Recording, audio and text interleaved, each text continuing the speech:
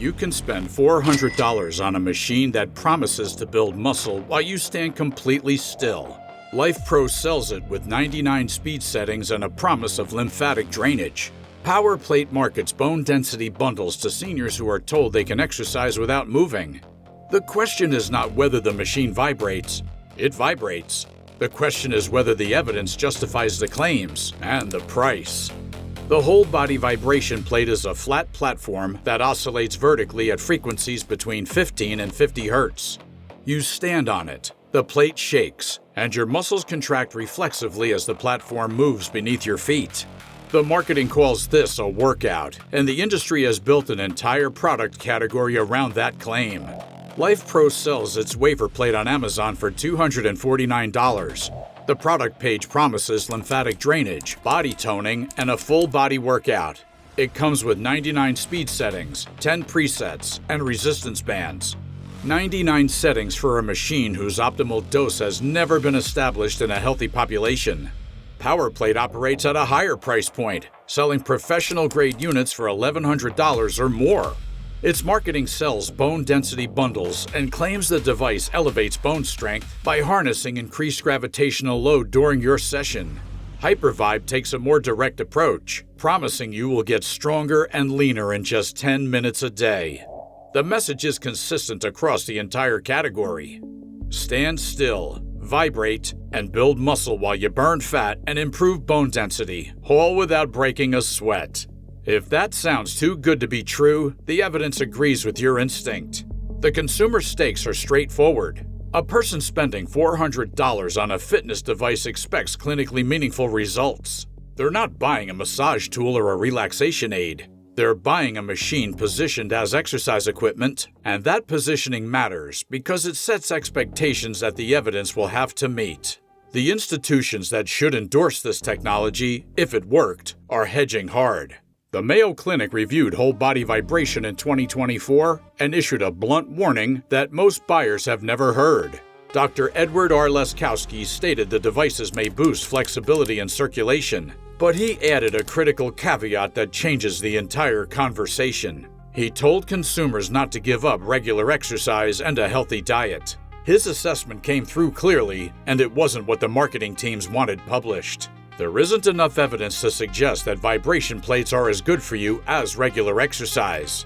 Consumer Reports tested 6 of these devices in 2025 and issued no solid recommendation at all. Their reviewers did planks, hip bridges, and other exercises on the plates, but they found nothing that justified a definitive endorsement from the testing lab.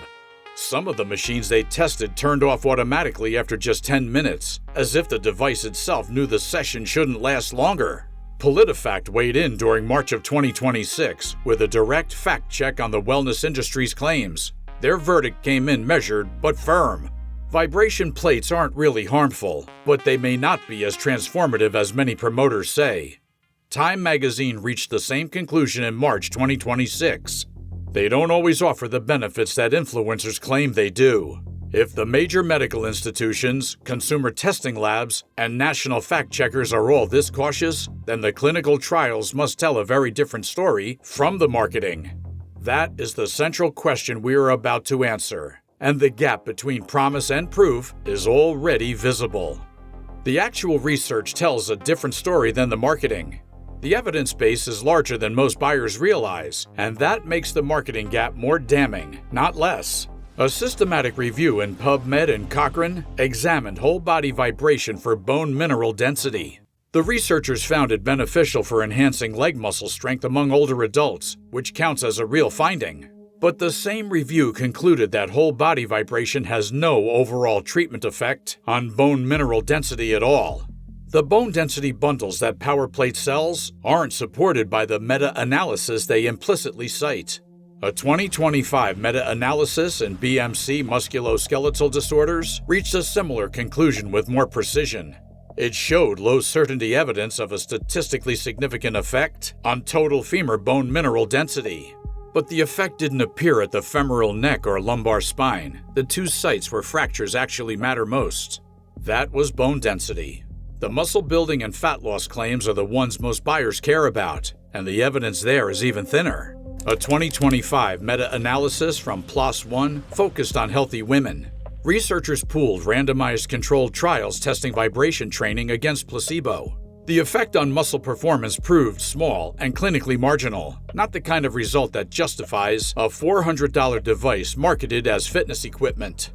Here's the detail that changes everything. Researchers conducted the positive studies in narrow, specific populations that have nothing to do with the people buying these plates on Amazon. Researchers tested postmenopausal women with low bone density. They tested elderly adults with sarcopenia. Researchers included patients with spinal cord injuries in the trial. Researchers also tested some cancer patients receiving supportive care. News Nation reported in February of 2026 that vibration plates help stimulate bone and muscle growth in some cancer patients. That's a real finding, and it's a completely different population from the healthy 40-year-old man scrolling Amazon for a shortcut. Health.com summarized the state of the evidence in May of 2026. Vibration plates trigger rapid muscle contractions, which may modestly improve muscle strength, recovery, and balance. But the improvement isn't enough to replace traditional exercise. The marketing never mentions this part. The pattern here is familiar. Researchers identify a mechanism, and a brand builds a product around it. The marketing outruns the evidence by about 5 years, and by the time the consumer catches up, the brand has already sold the next model. Before we get to the verdict, there's one detail the marketing doesn't advertise. The safety profile looks more complicated than the product pages suggest. In 2013, researchers published a study in the National Institutes of Health database titled Safety and Severity of Accelerations Delivered from Whole Body Vibration Exercise Devices to Standing Adults. They tested readily accessible consumer devices and found something the manufacturers don't mention. The devices markedly exceeded ISO guidelines for safe vibration exposure. The accelerations ran higher than what occupational safety standards allow for workers who sit on vibrating machinery all day. Consumer Reports noticed a related detail during their 2025 testing. Several units shut down automatically after 10 minutes. The device shuts itself down, possibly because sustained vibration at those intensities isn't advisable for a standing adult. Occupational whole-body vibration is a known risk factor. Truck drivers and construction workers who face exposure to vibration over long periods show higher rates of low back pain and spine disorders. The consumer plates use different frequencies and shorter durations, but they operate on the same physiological principle. Marketing calls it passive exercise.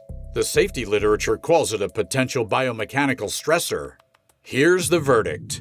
The machines vibrate, and that's not the lie. The lie is the implication that standing on a $400 plate for 10 minutes delivers the muscle, fat loss, or bone density outcomes of real exercise. Evidence shows marginal effects in narrow, elderly, or clinical populations. The marketing sells those effects to healthy adults as a fitness shortcut. The Washington Post put it plainly in May of 2026. Advocates sing the praises of whole-body vibration training, and the science paints a more nuanced picture. Strategists came to the same conclusion in January of 2026. Proponents say these plates build muscle and increase bone density, but the skeptics had it right. Your $400 would be better spent on a gym membership, resistance bands, or a pair of running shoes. All of those have large effect size evidence. This vibration plate has low certainty, meta-analysis, and a 10-minute auto shutoff. The machine might shake your floorboards, but it won't replace the work.